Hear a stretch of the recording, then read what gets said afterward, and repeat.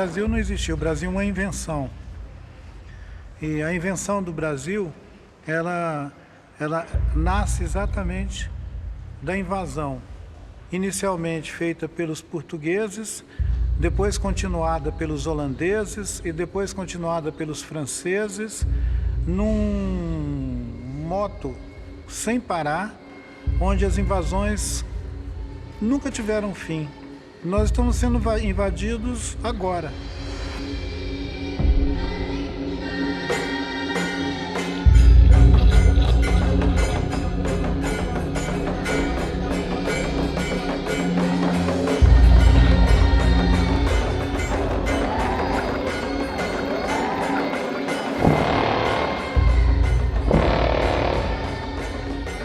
Tinha gente aqui com história, alguns desses povos com história de 2.000 anos. Os Guarani hoje se atesta que tinham 4.000 anos, digamos assim, de compreensão de si como povos, e que se relacionava com os povos andinos e que reivindicavam diante dos andinos uma territorialidade e um respeito pelos povos andinos desse território, que é uma parábola dessa parte que vem lá do que seria o Pantanal, passando por parte do que é Mato Grosso, o Noroeste Paulista, atravessando o Paraná, Santa Catarina, Rio Grande do Sul, pegando uma parábola desses territórios que formam uma cosmogonia onde os Guarani circulam caminhando em busca dessa tal de terra sem males.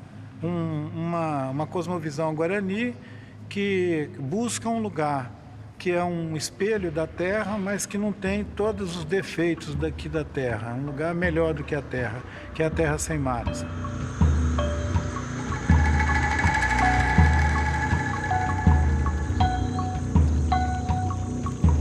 Hoje, a gente, por exemplo, vai olhar em áreas que são de terra firme, quer dizer, longe dos grandes rios, e você encontra também um monte de evidências de populações lá ocupando. Quer dizer, qualquer lugar na Amazônia que você cave um buraco, você encontra evidências de populações indígenas do passado. Ao longo do rio Amazonas existiram sociedades complexas, sociedades que eram estratificadas, tinha exércitos, tinha camada de sacerdotes, etc.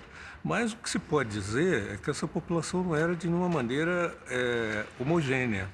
Ela era bastante diferenciada. Você tinha gente digamos assim, com elaboração de processos construtivos de uma identidade, de uma cultura de 2.000 anos, de 3.000 anos. Mas você tinha povos também que circulavam e que podiam ter vindo dos Andes nos últimos 200, 300 anos.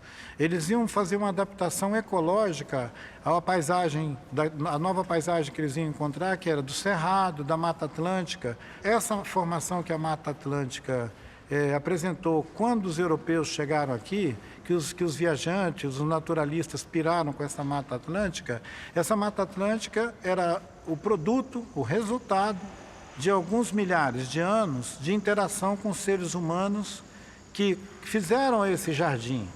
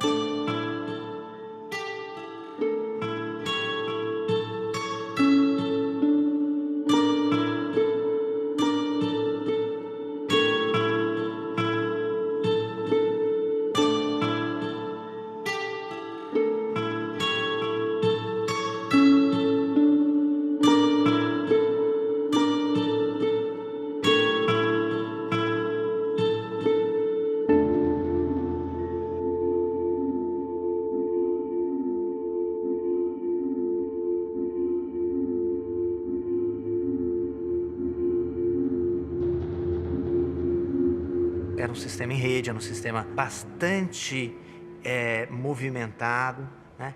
E é uma coisa, seria uma espécie de mundo, assim, um mundo que poderia parecer, assim, com o mundo europeu sem a sua Roma, né? No sentido que você não tinha uma capital, um lugar que centralizava, em que todas as estradas, né, vão dar em Roma. Você tinha, mas elas estavam conectadas. O que a gente encontra de estradas, o que a gente encontra hoje de geoglifos, o que a gente encontra de canais, a gente encontra, esse pessoal estava ocupando esse espaço, esse pessoal estava circulando, esse pessoal estava em contato.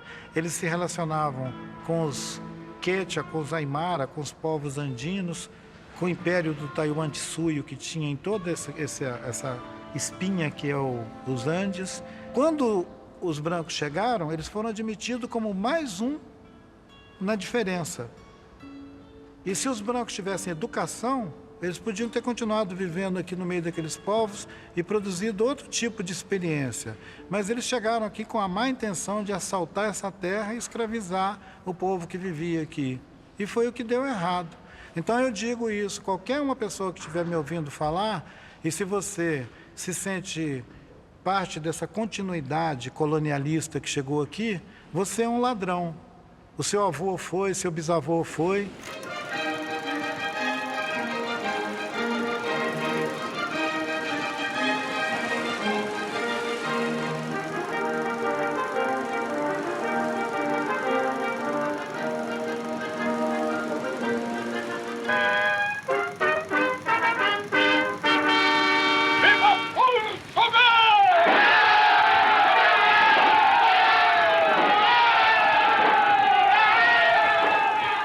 Quando o Humberto Mauro filmou a descoberta do Brasil, aquilo lá era o que os brancos, filhos dos portugueses, pensam que foi a descoberta do Brasil.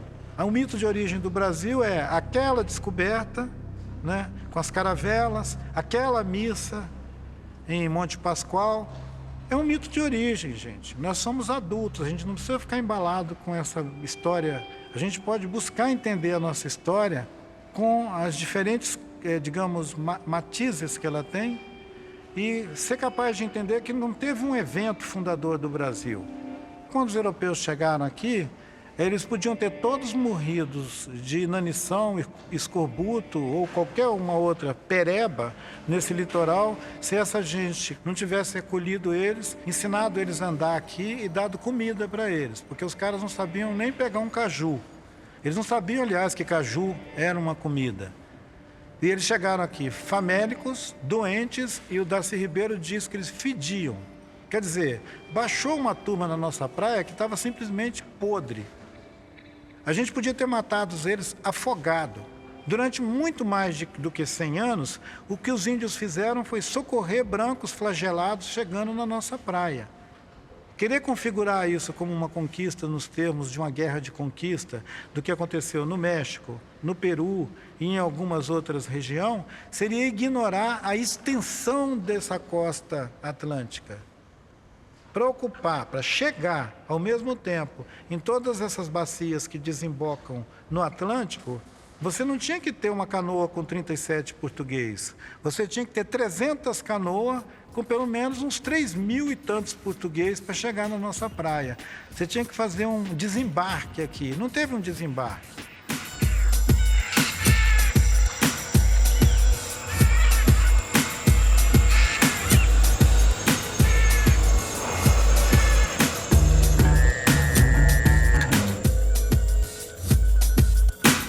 Os primeiros registros dos contatos, há um desejo de estabelecer trocas, há um desejo de encontrar mercadorias, metal, ouro, logo isso não se realiza, então é o pau-brasil, são papagaios, são macacos, mas não só. Já os portugueses também capturam escravos. Então, são trocas, mas já são trocas também, eu acho, desde o início, marcadas por uma tensão de uma sociedade, que é a sociedade portuguesa, de comerciantes que estão nesses navios, da monarquia portuguesa, interessada já na conquista, na dominação, de impor o seu ponto de vista. Lévi-Strauss mostrou isso muito bem nos estudos dele, essa grande diferença de mentalidade entre os europeus e os povos americanos, os indígenas americanos. Ao contrário dos europeus, os indígenas muito abertos à alteridade, a incorporar o outro, a diversidade. né? Como parte sempre integrante da sua visão de mundo. Enquanto os europeus não, eles não veem o outro, eles sempre, quando veem algo, eles projetam sobre o outro o que eles querem ou o que eles não querem. No caso, por exemplo, o demônio, o pagão, o infiel. Enquanto os índios estavam querendo saber que tipo de corpo esse pessoal que chegou tem, né? Se eles são mortais, se eles apodrecem, se eles morrem, se eles cagam fedido, né? Os espanhóis estavam discutindo, os espanhóis, os portugueses estavam discutindo se esses caras tinham alma ou não, e se podiam ou não ser escravizados, né? Então... Nos enganaram de muitas formas, com agrados, com afagos, né? Com presentes. Então, né? Foi um roubo e foi também essa questão o roubo da própria consciência, né? Também. Porque acho que a gente, quando percebeu que não era, talvez metade das coisas já tinha ido.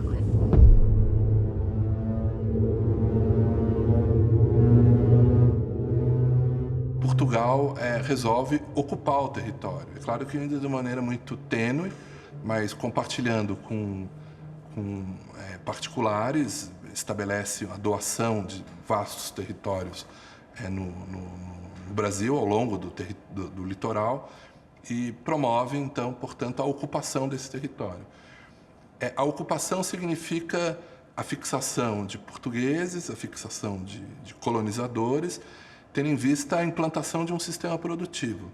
Produzir exige trabalhadores. Esses trabalhadores serão escravos. Se trata de implantar um sistema de produção do açúcar, a capitania de Pernambuco, São Vicente, são as que inicialmente têm algum sucesso, já escravizando indígenas. Quer dizer, quem vai trabalhar são escravos que vão ser capturados.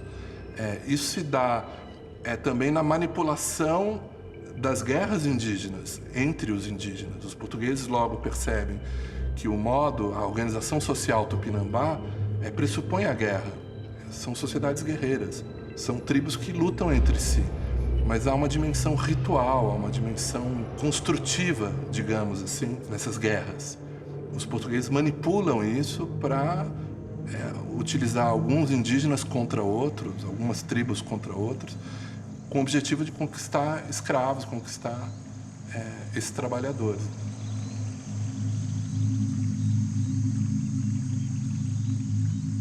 O entendimento que os portugueses estavam tendo de que podiam escravizar os índios foi um dos principais motivos dos índios começarem a queimar os engenhos, queimar as novas sítios coloniais e entender que os brancos eram invasores. Quer dizer, demorou para os índios interpretarem que os brancos estavam aqui para ficar e para tomar a terra e, se possível, escravizar os donos da terra.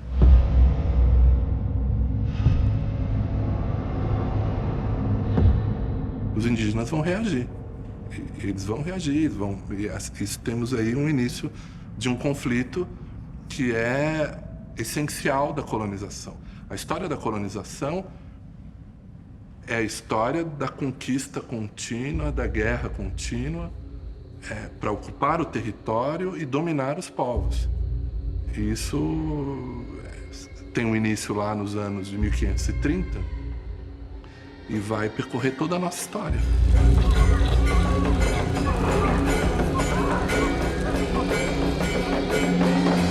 Nós estamos em guerra. Eu não sei por que você está me olhando com essa cara tão simpática. Nós estamos em guerra. O seu mundo e o meu mundo estão em guerra. Os nossos mundos estão todos em guerra. A falsificação ideológica que sugere que nós temos paz é para a gente continuar mantendo a coisa funcionando. Não tem paz em lugar nenhum. É guerra em todos os lugares o tempo todo. Ao contrário do que muita gente diz, de que os empreendimentos portugueses tiveram que trazer negros da África para cá, porque os índios não quiseram ser escravos, isso é uma tremenda de uma mentira. Os índios foram escravizados à exaustão, foram mortos aos milhares, sendo explorado pelo trabalho escravo. Os escravos indígenas foram utilizados durante todo o período da colonização. E, legalmente, a legislação estabelecida pela monarquia, já em 1570, criava condições jurídicas para legitimar a escravização dos indígenas. E essa escravização se deu com um fundamento da guerra justa. Grosso modo, se os indígenas se recusam à fé, são contrários à fé, portanto, é justo guerreá-los. Como é justo guerreá-los, então significa que é justo matá-los, é justo ocupar os seus territórios e é justo escravizá-los. Eu escravizo o indígena para salvar a alma dele. A própria Igreja Católica mesmo tentou evangelizar, e muitos que não aceitavam era morto, né? Muito de nós era proibido de falar a língua, era proibido de assumir um nome indígena, por exemplo, né? Tinha que negar para poder ser aceito. Então, muita gente negou a sua própria identidade, né? Para poder evitar o preconceito ou mesmo para evitar ser morto. Foi só no início do século XVII, ou seja, por volta de 1620, 1630, que os escravos africanos começaram a ser a maioria nos engenhos de açúcar.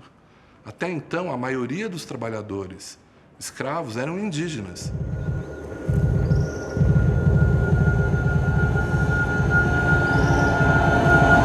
Os portugueses para o sertão, com gado, com essas fazendas, estão encontrando indígenas. São os mesmos indígenas, alguns que recuaram do litoral fugindo do contato e da guerra, ou indígenas que lá viviam há milhares de anos e que resistem. Bem, começam a pôr gado, uma fazenda de gado, os indígenas comem o gado. E isso é interpretado pelos portugueses. Os povos indígenas estão atacando as fazendas de gado, estão impedindo a expansão da nossa economia, impedindo, portanto, o avanço do Império Cristão. Tanto é que logo nos anos 60 começa a surgir uma imagem, que depois é reiterada, de que a expansão portuguesa no sertão está sendo parada por um muro que o demônio criou no sertão. Um muro de índios bárbaros, índios selvagens, que resistem à presença portuguesa. Essa guerra se define como total, efetivamente, numa reunião que ocorre na Bahia, em 1669, e nessa mesa grande, como eles chamam, uma grande reunião, se estabelece que, então, a partir de agora, as guerras contra todos os índios do sertão são todas guerras justas, porque os índios do sertão são bárbaros que resistem à expansão da fé. Então, agora, é como que se declara uma guerra total. Nesse processo, né, a uma certa altura, você não tem mais volta. Né? E eu acho que o ponto de vista, assim, o momento que você não tem mais volta nisso, é o momento em que, de um lado, as epidemias estão graçando de maneira... Você imagina o seguinte, o Anchieta fala em 30 mil mortos indígenas, né, mortos por varíola no recôncavo baiano. Não dá nem para enterrar todo mundo. Né? Você tem que ter essa ideia que, de repente, o mundo começa a acabar. Todo mundo começa a morrer. Uma série de surtos de doenças enfraqueceram enormemente essa humanidade indígena que não estava preparada para isso. Quer dizer, a ideia de utilizar essa fragilidade biológica, essa ausência de anticorpos, e contaminar os indígenas e levar essas doenças a eles, isso está o tempo todo dado. Então, num certo sentido, há uma guerra biológica. O que se passou aqui durante o processo colonial se você colocar a demografia, como alguns estudos sugerem, na ordem de 80 milhões para as Américas, isso em 1500, 1492, você verá que o que desapareceu boa parte da humanidade em 100 anos. Né? Então, a gente normalmente não tem essa dimensão do fato. Talvez tenha sido, proporcionalmente na história da humanidade, um dos maiores holocaustos populacionais que a gente tem notícia. Os próprios portugueses vão ler essas guerras promovidas na segunda metade do século XVII e vão lamentar o fato de que foram guerras de extermínio. Dizendo, bem, no final nós conquistamos esses territórios, mas despovoamos esses territórios, porque o extermínio dos grupos indígenas também nos deixou vastos territórios sem povos para ocupá-los. Com essa articulação entre contágio, matando por doença, né, e assalto aos lugares onde os índios viviam, a gente chegou ao século XX com uma política do Estado brasileiro, já na República, né, que era de parar de matar aqueles índios. E é o que o Marechal Rondon fez, né, quando ele criou o Serviço de Proteção ao Índio, que precisava de ter um contingente de nativos vivos para constituir a nacionalidade.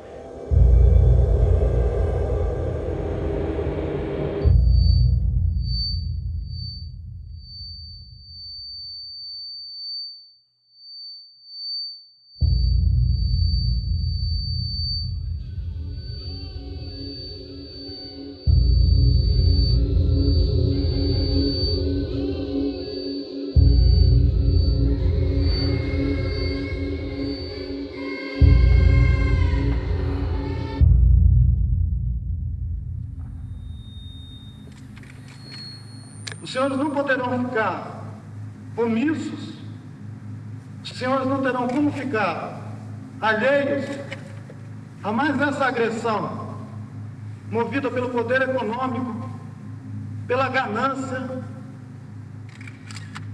Um povo que habita casas cobertas de palha, que dorme em esteiras no chão, não deve ser identificado de jeito nenhum como um povo que é o inimigo dos interesses do Brasil, inimigo como os interesses da nação e que coloca em risco qualquer desenvolvimento. O povo indígena tem regado com sangue cada hectare dos 8 milhões de quilômetros quadrados do Brasil. Os senhores são testemunhas disso. Essa guerra é contínua. Ela não foi um fato histórico que acabou no século XVI. Ela fez parte de toda a expansão do Brasil por outras regiões, além da costa atlântica. Ela fez parte da entrada nos sertões de São Francisco, ela fez parte da entrada na Amazônia, ela fez parte depois da própria ação do Brasil na região fronteira do Chaco, né? Faz parte da guerra com o Paraguai também, ela integra esse episódio. Ela faz parte da expansão cafeeira, da borracha, depois do cacau na Bahia. Todos os grandes ciclos econômicos de desenvolvimento, os índios sempre foram atingidos pesadamente. Índios Yanomamis morreram em choque com garimpeiros. Nós estamos de frente de um múltiplo homicídio que eu não posso deixar de caracterizar como genocídio.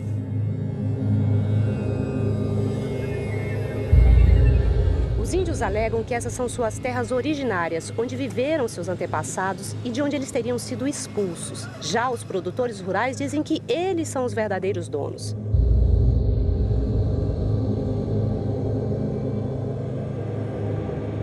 Essa proposta de emenda constitucional defendida pela bancada ruralista passa para o Congresso a decisão de demarcação de terras. O relatório também proíbe a ampliação de terras indígenas já demarcadas.